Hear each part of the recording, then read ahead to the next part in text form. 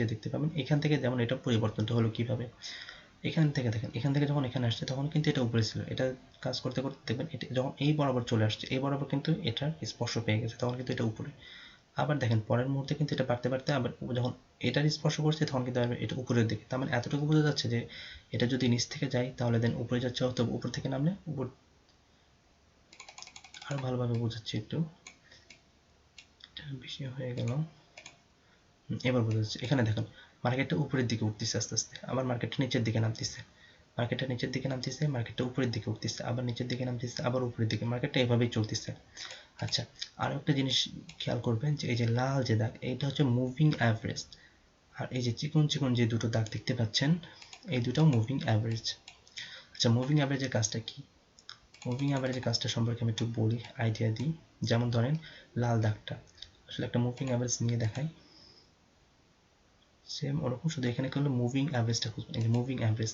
আচ্ছা, এখানে বিভিন্ন ধরনের মান দেওয়া যায়, ধরেন আমি 500 মান দিয়ে দিলাম, গ্রিন, আমি ইয়েলো দিয়ে দিলাম, এটা একটু বোল্ড কালার করে দিলাম যেন বোঝা যায়। যখন এইখানে দেখেন 500, এটা কিন্তু বেশি নড়াচড়া করতেছে না। আচ্ছা, আমরা একটু ফোর্থ আওয়ারে গিয়ে দেখি ফোর্থ আওয়ারটা কিভাবে হয়। আচ্ছা, এটা দেখেন আমি যত এটা স্ক্রল করে দিচ্ছি এটা কিন্তু আপনার আগের জায়গায় চলে আসছে, এটা হচ্ছে অটো স্ক্রল করা আছে, তো যে এখানে যত বাড়তে থাকবে এটা তত চলতে থাকবে আর কি। এটা ক্যান্সেল করে দিলে এটা তখন থাকবে না, এই যে এভাবে। এটা দেখেন এটা কিন্তু কম নড়াচড়া করতেছে, দেখেছেন? এই যে এটা একবার এটা মার্কেটে উঠে আবার নামতেছে।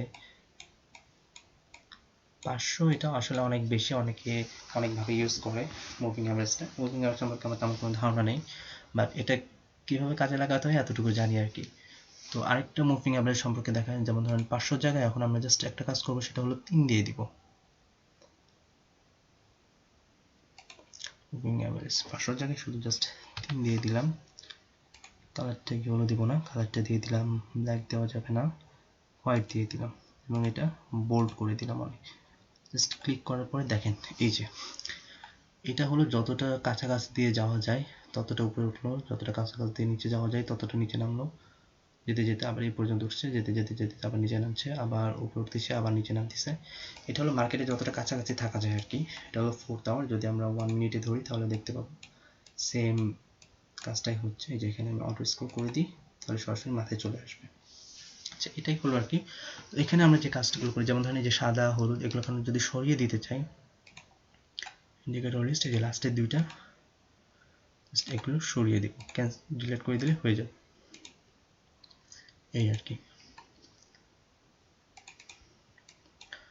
এখানে মার্কেটে কিভাবে কাজ করে, যেমন এখানে একটু খেয়াল করেন, একটু জুম করে দেখাই,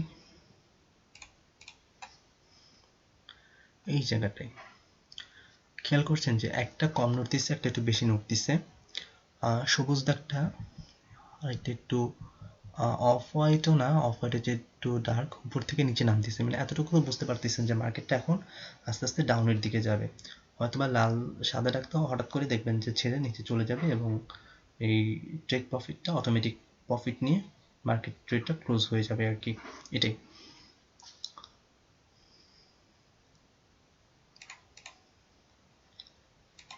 তো এখন আপনাদের দেখাবো, যেমন ধরেন মার্কেটটা কোথা থেকে নেবেন এবং কোথা, যেমন ধরেন এই যে এখান থেকে এতটুকু তো ধারণা আসছে যে এখান থেকে মার্কেটটা এখান থেকে মার্কেটটা এই পর্যন্ত যাবে। তো ধরেন এর ভিতরে আমরা আপনার একটা প্রফিট নিতে চাচ্ছেন, তো এই বরাবর এই জায়গাটায়